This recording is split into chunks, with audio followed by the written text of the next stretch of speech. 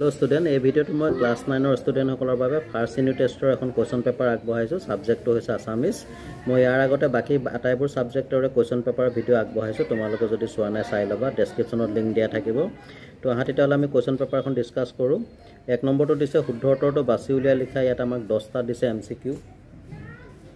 তো দেখা পাইছা ক নম্বৰ প্ৰশ্নটো দিছে হিকুলীলা নামৰ পদ্যটোৰ কবিগৰাকীৰ নাম কি এটো শুদ্ধ এনসাৰটো হ'ব শ্ৰীমন্ত শংকৰদেৱ খ নম্বৰটো দিছে কৃষ্ণ গীত গোৱা সুন্দৰী গৰাকী কোন সুন্দৰী গৰাকী আছিল কৃষ্ণৰ মাক অপচন ক যশোদা নেক্সট দিছে জোনাকী কাকতৰ প্ৰতিষ্ঠাতা কোন আছিল তো ইয়াত আমাক যি তিনটা অপচন দি দিছে তাৰ ভিতৰত শুদ্ধ অপচনটো হ'ব অপচন ক চন্দ্ৰকুমাৰ আগৰৱালা নেক্সট আহিলে মথনি শব্দৰ অৰ্থ হ'ল মথনি শব্দৰ অৰ্থ হৈছে গাখীৰ ঘুটিবলৈ ব্যৱহাৰ কৰা এবিধ সঁজুলি অপচন খ আবা হাৰথী পুথিখন ৰচনা কৰিছিল কোনে কৰিছিল আমাক দিছে নীলমণি ফুকন সত্যনাথ বৰা হীৰেন ভট্টাচাৰ্য ইয়াৰ ভিতৰত শুদ্ধ অপচনটো হ'ব খ সত্যনাথ বৰা নেক্সট আহিলে ব্যৱহাৰ প্ৰণালীৰ ঘাই মন্ত্ৰ হ'ল ক কঠোৱা মাত খ মিঠা মাত গ তিতা মাত তো ইয়াৰ ভিতৰত আমি জানো যে শুদ্ধ অপচনটো হ'ব খ মিঠা মাত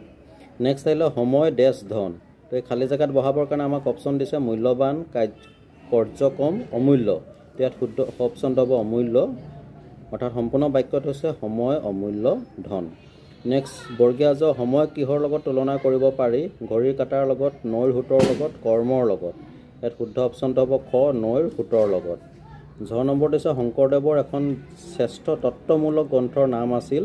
নামঘোষা কীৰ্তন ঘোষা ভক্তি ৰত্নাকৰ ইয়াৰ ভিতৰত শুদ্ধ অপচনটো হ'ব খ কীৰ্তন ঘোষা এবাৰ দিছে বহল ব্যাকৰণ পুথিখন কাৰ ৰচনা ক মৃণাল কলিতা খ সত্যনাথ বৰা গ হেমন্ত কুমাৰ শৰ্মা ইয়াৰ ভিতৰত শুদ্ধ অপচনটো হ'ব খ সত্যনাথ বৰা দুই নম্বৰত আমাক প্ৰশ্নটো দিছে যে সময়ৰ সদ্ব্যৱহাৰ কেনেদৰে হয় ইয়াৰ এনসাৰটো লিখিব পাৰো কৰিবলগীয়া কামখিনি শৃংখলা লগাই কৰি উঠিলে সময়ৰ সদ্ব্যৱহাৰ কৰা হ'ল বুলি ক'ব পাৰি আৰু ইয়াৰ লগত আমি লিখিব পাৰো ঘৰখন চলোৱাৰ পৰা এখন ৰাজ্য চলোৱালৈকে সকলো কামতে শৃংখলাৰ মাজেদি সময়ৰ সদ্ব্যৱহাৰ নকৰিলে ঘৰ গুছি অচিৰে বাহতল হৈ উঠে ৰাজ্য গুছি অৰাজকতাত পৰিণত হয় নেক্সট খ নম্বৰটো দিছে কি নজনাৰ নিমিত্তে বহুত মানুহে জীৱনত নানাবিধ উপদ্ৰৱ ভুগিবলৈ পায় তো ইয়াৰ এনসাৰটো লিখিব পাৰো মানুহৰ মাজত কাৰ লগত কেনেকুৱা ব্যৱহাৰ কৰিলে বা কেনেকৈ চলিলে সুখে সন্তোষে কাল নিয়াব পাৰি সংসাৰ যাত্ৰীয়ে তাক ভালকৈ জনা উচিত ইয়াক নজনাৰ নিমিত্তে বহুতো মানুহে জীৱনত নানাবিধ উপদ্ৰৱ ভুগিবলৈ পায় নেক্সট গ নম্বৰটো দিছে পাদ্য অৰ্ঘ লৈ মানুহক পূজা কৰাৰ অৰ্থ কি তো ইয়াৰ এনসাৰটো আমি লিখিব পাৰো যে কবিৰ দৃষ্টিত মানুহে হৈছে পৰম দেৱতা গতিকে মানুহৰ পূজাই শ্ৰেষ্ঠ ধৰ্ম হে পাদ্য অৰ্ঘ লৈ মানুহকে দেৱতা জ্ঞান কৰি পূজা অৰ্চনা কৰিলে পৃথিৱীখন স্বৰ্গতকৈ অধিক সুখৰ হ'ব এখিনি লিখিলে হ'ল এবাৰ 3 নম্বৰ দিছে তলৰ প্ৰশ্নসমূহৰ উত্তৰ লিখা 3 মাৰ্ক আছে 4টা দিছে টোটাল 12 মাৰ্কস কটো দিছে বৰগীতৰ 3টা বৈশিষ্ট্য লিখা তো বৰগীতৰ আমি বৈশিষ্ট্য লিখিব পাৰি 1 নম্বৰটো লিখিব পাৰি বৰগীতসমূহ মূলতঃ শ্ৰীমন্ত শংকৰদেৱ আৰু মাধৱদেৱ বিৰচিত গীত খ নম্বৰটো লিখিব পাৰো বৰগীতসমূহৰ ভাষা ৰত্নাৱলী আৰু 3 নম্বৰ পইণ্টটো লিখিব পাৰো বৰগীতসমূহ শাস্ত্ৰীয় ৰাগ তালযুক্ত গীত নেক্সট ইয়াত 3টা দিছে কিটা তোমালোকে ট্ৰাই কৰিবা নিশ্চয় পাৰিবা আৰু 4 নম্বৰত ব্যাখ্যা কৰিবলৈ দিছে কবিতাৰ পৰা দুফাকি দিছে তাৰে এফাকি আমি ব্যাখ্যা কৰিবলৈ দিছে 5 মাৰ্ক আছে 6 নম্বৰটো দিছে তলৰ শব্দবোৰ আধুনিক ৰূপ লিখা কাম্পে মানে কপনি বা কপা আৰু ভৈল মানে হ'ল 6 নম্বৰটো দিছে তলৰ শব্দকেইটা কি কাৰণত মূৰ্ধন্য ন আৰু মূৰ্ধন্য খ হৈছে বুজাই লিখা এটা দিছে কৰ্ণ এটা দিছে নিষেধ তো ইয়াত আমি কৰ্ণটো লিখিব পাৰো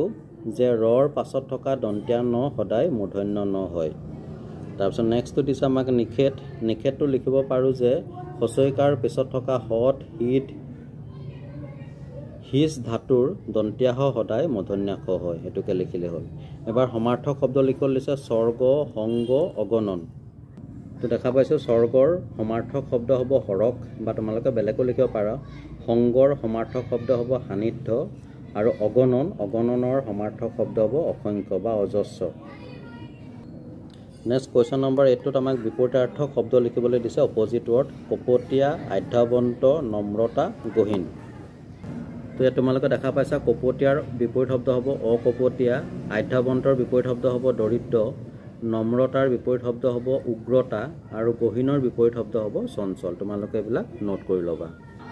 নেক্সট আহিলে সন্ধি ভাঙা আৰু জোৰা লগা 9 নম্বৰ খ্ৰীষ্টাব্দ কল্পান্তৰ মনঃযোগ তাপ কৰ যোগ আয়ত্ত হাফকে আমাক 4টাত 2 মাৰ্ক দিছে তো খ্ৰীষ্টাব্দৰ সন্ধি ভাঙিলে আমি পাম খ্ৰীষ্ট যোগ অব্দ, কল্পান্তৰ হ'ব কল্প যোগ অন্তৰ, আৰু মনঃ যোগ তাপ এইটো হ'ব মনস্তাপ, কৰ যোগ আয়ত্ত এইটো হ'ব কৰায়ত্ত। কুৱেশ্যন নম্বৰ 10, জুৰীয়া শব্দ ব্যৱহাৰ কৰি বাক্য সাজা যিকোনো দুটা গতিবিধি, দিন ৰাতি, যুদ্ধ বিগ্ৰহ, বয় বস্তু। তো চাৰিটাৰ ভিতৰত আমি যিকোনো দুটা কৰিব লাগে, এইকেইটা পাৰিবা একেবাৰে চিম্পুল। যেনে বয় বস্তুটো আমি লিখিব পাৰোঁ বৰ্তমান বয় বস্তুৰ দাম দিনে দিনে বৃদ্ধি পাইছে, বা যুদ্ধ বিগ্ৰহটো লিখিব পাৰা যে যুদ্ধ বিগ্ৰহ কৰিলে দুই পক্ষৰে ক্ষতি হয়। তো এনেকৈ ধৰণে তোমালোকে যিকোনো দুটা কৰি দিলে হ'ল। ভাৱ সম্প্ৰসাৰণ কৰিবলৈ দিছে যিকোনো এফাকি, ৰাইজে নখ জোকাৰিলে নৈব এইটো আহিয়ে থাকে, এটা কমন হয়। আৰু এটা দিছে সময়ৰ যুগ কামতহে ঘড়ীৰ কাটা কেইডালত নাই। তো এই দুটা তোমালোকে ট্ৰাই কৰিবা, যিকোনো এটা তোমালোকৰ পৰীক্ষাত আহি যাব পাৰে।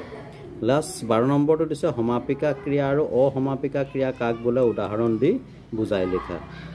তো মই লৰালৰিকৈ লিখিছোঁ, আখৰ ইমান ভাল হোৱা নাই। তো সমাপিকা ক্ৰিয়াটো লিখিব পাৰোঁ কোনো বাক্যৰ যি ক্ৰিয়াই বাক্যটো সম্পূৰ্ণ কৰে তাকে সমাপিকা ক্ৰিয়া বোলে। যেনে ল'ৰাটোৱে খেলিছে, ইয়াত খেলিছেটো হৈছে সমাপিকা ক্ৰিয়া। নেক্সট অসমাপিকা ক্ৰিয়াটো লিখিব পাৰোঁ অসমাপিকা ক্ৰিয়া হ'ল সেই ক্ৰিয়া যাৰ দ্বাৰা বাক্যৰ ভাৱ সম্পূৰ্ণৰূপে প্ৰকাশ নহয় বা ই আন এটা ক্ৰিয়াৰ ওপৰত নিৰ্ভৰ কৰিবলগীয়া হয়। যেনে সি ভাত খাই বিদ্যালয়লৈ যায়, ইয়াত খাইটো হৈছে অসমাপিকা ক্ৰিয়া, সি ভাত খালে নে নাখালে আমি নাজানো কিন্তু। তো ডিয়াৰ ষ্টুডেণ্ট, এই ভিডিঅ'টো মই তোমালোকৰ আপকামিং ফাৰ্ষ্ট ইউনিট টেষ্টৰ প্ৰতি লক্ষ্য ৰাখি ক্লাছ 9ৰ ষ্টুডেণ্টসকলৰ বাবে আগবঢ়াইছিলোঁ। তো আশা কৰোঁ ভিডিঅ'টো তোমালোকৰ বাবে নিশ্চয় হেল্পফুল হ'ব, আৰু সেই যিমান পাৰা তোমালোকে তোমালোকৰ ফ্ৰেণ্ডলৈ শ্বেয়াৰ কৰিবা যাতে ভিডিঅ'টোৰ দ্বাৰা সকলোখিনি উপকৃত হয়। আৰু মই নেক্সট ভিডিঅ'ত 2025ৰ কুৱেশ্যন পেপাৰৰ সলিউশ্যন ভিডিঅ' তোমালোকৰ বাবে লৈ আহি আছোঁ। তো চাই থাকিবা RB লাৰ্ণ কাম এণ্টাৰটেইনমেণ্ট। আন এটা ভিডিঅ'ত তোমালোকক পুনৰ লগ পাম। আজিলৈ আহোঁ, ধন্যবাদ। আৰু একেবাৰে শেষত কওঁ, কোনোবা যদি নতুনকৈ মোৰ চেনেলটো চাই আছা তেতিয়াহ'লে চেনেলটো ছাবস্ক্ৰাইব কৰি নটিফিকেশ্যনটো অন কৰিবলৈ নাপাহৰিবা, যাতে এনেকুৱা ধৰণৰ তোমালোকে পাই থাকা, যাৰ দ্বাৰা তোমালোকৰ যথেষ্টখিনি হেল্প হ'ব।